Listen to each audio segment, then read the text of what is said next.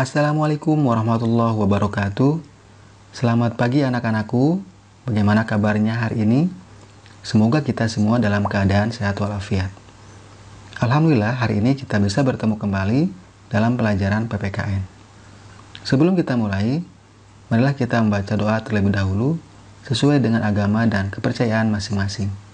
Berdoa dimulai. Selesai.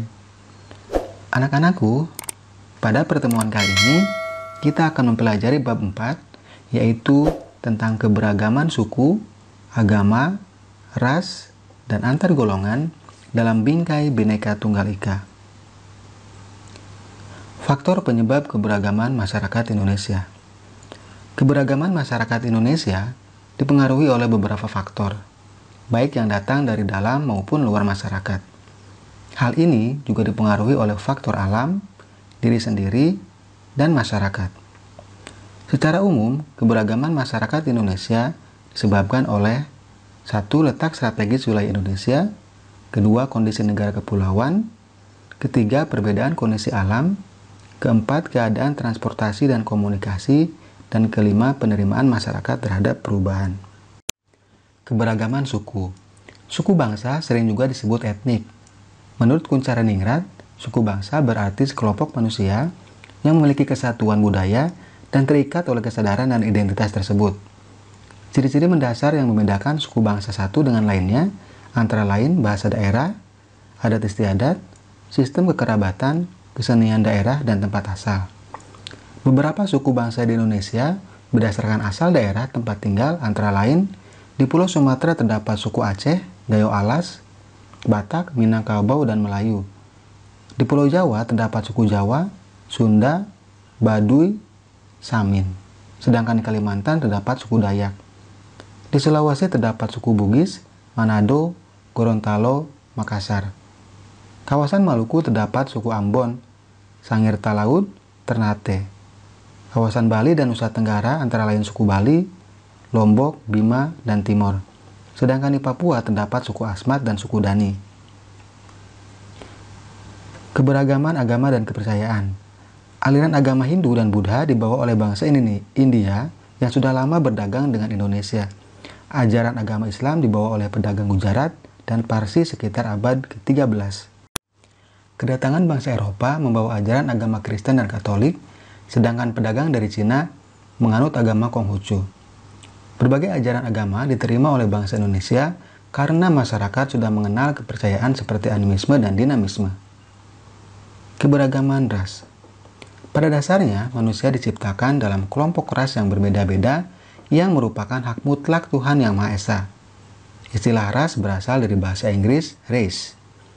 Dalam Undang-Undang Nomor 40 Tahun 2008 tentang penghapusan diskriminasi ras dan etnis, menyebutkan bahwa ras adalah golongan bangsa berdasarkan ciri-ciri fisik dan garis keturunan. Beberapa ras yang ada dalam masyarakat Indonesia antara lain ras Malayan Mongoloid yang ada di Sumatera, Jawa, Bali, Nusa Tenggara Barat, Kalimantan, dan Sulawesi. Kemudian ras Melanesoid yang mendiami daerah Papua, Maluku, dan Nusa Tenggara Timur. Ras Asiatik Mongoloid seperti orang Tionghoa, Jepang, dan Korea. Ras ini tersebar di seluruh Indonesia. Lalu ras Kaukasoid yaitu orang India, Timur Tengah, Australia, Eropa, dan Amerika. Keberagaman antar golongan. Manusia hidup bukan hanya dalam keberagaman suku, agama, dan ras, tetapi juga dalam keberagaman masyarakat. Keberagaman masyarakat di Indonesia dapat dilihat dari struktur masyarakatnya. Struktur masyarakat Indonesia, menurut Syarif Muiz, ditandai dengan dua ciri atau dua titik pandang. Pertama, secara horizontal, ditandai oleh kenyataan adanya kesatuan-kesatuan sosial berdasarkan perbedaan-perbedaan suku, agama, dan adat istiadat dan kedaerahan. Sementara secara vertikal ditandai dengan adanya lapisan atas dan lapisan bawah yang cukup tajam. Arti penting memahami keberagaman dalam bingkai Bhinneka Tunggal Ika.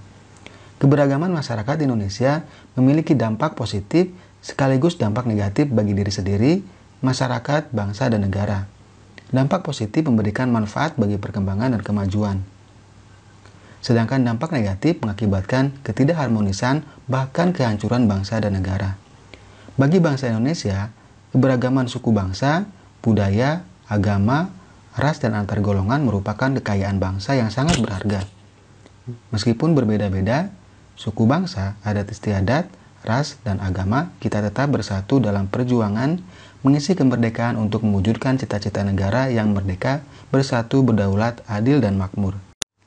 Bhinneka Tunggal Ika mengandung makna meskipun bangsa Indonesia terdiri atas beraneka ragam suku bangsa, adat istiadat, ras, dan agama, namun keseluruhannya itu merupakan satu kesatuan, yaitu bangsa dan negara Indonesia.